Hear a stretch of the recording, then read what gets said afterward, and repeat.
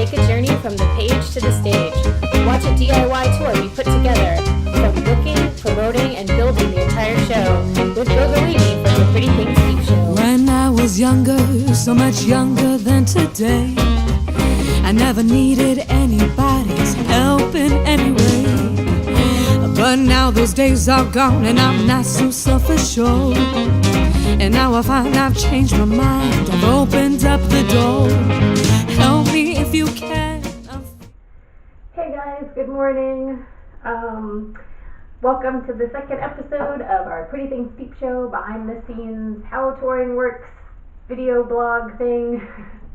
Sorry it took me so long to get the second one out, but I got some great feedback on the first one. People seem to love all the weird tour information that I know, but I was told that it was of the same production value as like a terrorist ransom video because I was using my old computer camera to film it. So I ran out, bought a camera, not a very expensive one, so it might not be that much better, but hopefully it's a little bit nicer than last time. So it's our second week of booking.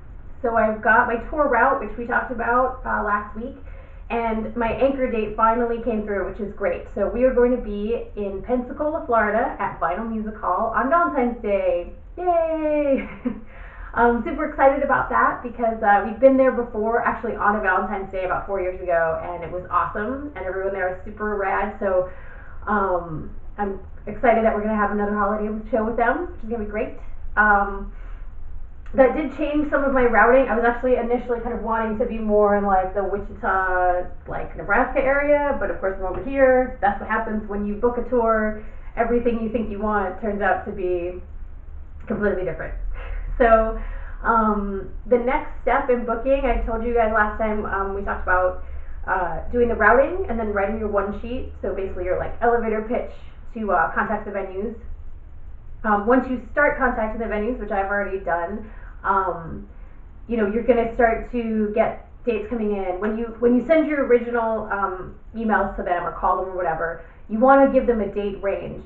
Obviously, if you only have one date, give them one date. But you want to say, okay, I want to be in the Charlotte, North Carolina area these 3 days. Can you take me on any of these?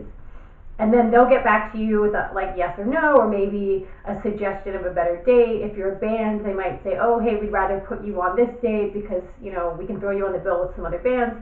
So now begins the greatest juggling act that has ever happened in the show. Forget about chainsaws, forget about machetes. The greatest and craziest thing that has ever been juggled is our tour dates.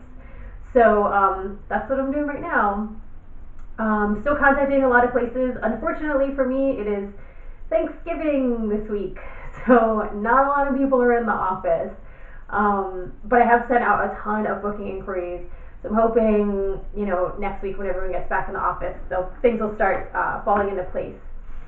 For those of you who have not booked before, what you can do when you do hear back from a venue and they give you an offer that you're happy with and you're ready to take, you can either obviously book the show or also do what's called putting a hold on something. So if I send a venue 3 dates that I want, they have one of them, I say, great, put a hold on that date for me, and then I've got to try and find all the other shows around there that make sense in my routing so I'm not doing some sort of crazy, weird drive.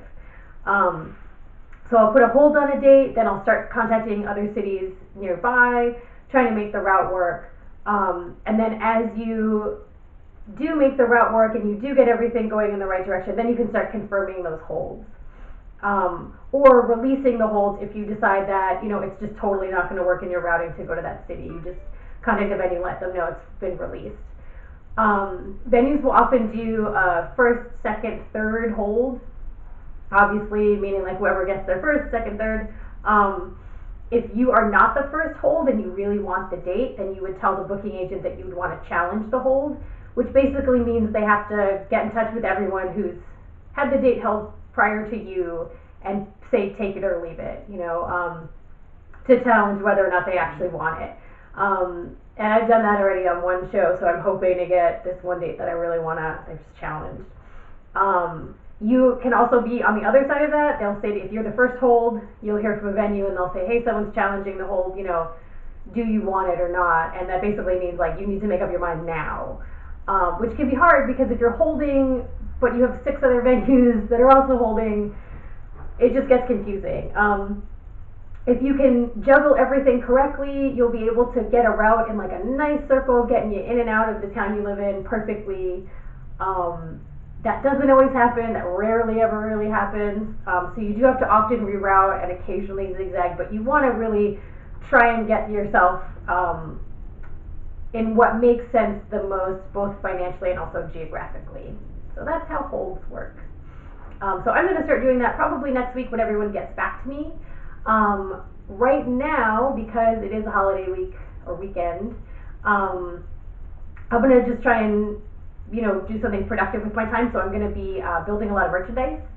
I'm going to actually make a whole separate little video about some of the merch that we build. I'll also do one about merchandising just in general, like how to do it, what price points are good, and just really realistically like how to make money when you're on tour without like counting ticket sales. Tour is really, really, really expensive. So just getting to places is ridiculous. Getting everyone paid, getting everyone fed, it's crazy. So I do have a lot of other ways to make money while on the road, and I'm going to do a whole little episode about that. The other thing I'm going to do, besides making merchandise and making a video showing that, is I'm going to do our set list, because we have confirmed our cast members, which is awesome. We always travel with different people every time, tossing the show up a little bit. So I'm going to sit down and really write our set list, try and figure that out. We write our set list crazy early. One, to figure out if we need to build any new props, new costumes. We also, try and figure out all our transitions, everything like that. So I'm going to work on kind of more the show in and of itself than the booking, because no one's in the office and I'm just going to be kind of spinning my wheels. So that's what we're up to this week. And I started last week by, telling you guys about the book Tour Smart, which is an awesome book. If you have not got that book yet, for the love of God, please get it. It's the best touring book out there. But I did realize, as I am a little bit of a bibliophile, I do want to recommend books to you guys every week. So I'm going to make that, or every episode that I do this. Because reading books is important, because the world is filled with too many stupid people. Please do not be one of them. You have access to the library. Books are free. If you're on tour and you don't think you have time to sit down and read a book, get an audiobook. People will read books to you. If there's one truth in life, it's that you can always be smarter. So please, read more books. That is pretty much all I do when I'm not on tour, is read books that will make me smarter about going on tour.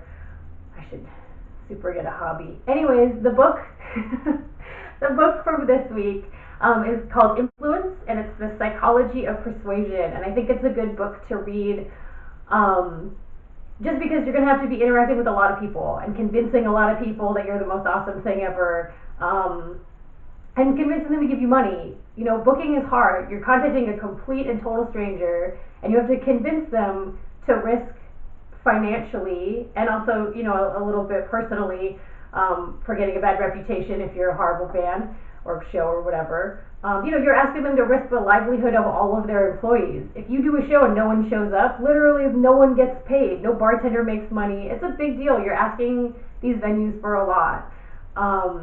So this book that I read this years ago, Influence, it's the psychology of persuasion. It's by, I wrote his name down, Robert, I'm totally going to butcher this, Robert Cialdini. Anyway, I will put a link in the comments on this, but it's a really good book, just kind of trying to figure out how to work with people, deal with people, and I also find psychology super fascinating. So Tour Smart, and then also Influence, the psychology of persuasion, is our second book, so check that out. And speaking of things to check out, don't forget to check out the Pretty Things Peep Show website. So go to prettythingspeepshow.com. I'm going to be listing all of our tour dates. You can see photos and videos of all our new performers, and check out everything that's going on the next tour. So hopefully you'll check out our website and check us out in person. So that's it for this episode, and I will see you guys out on the road. Bye.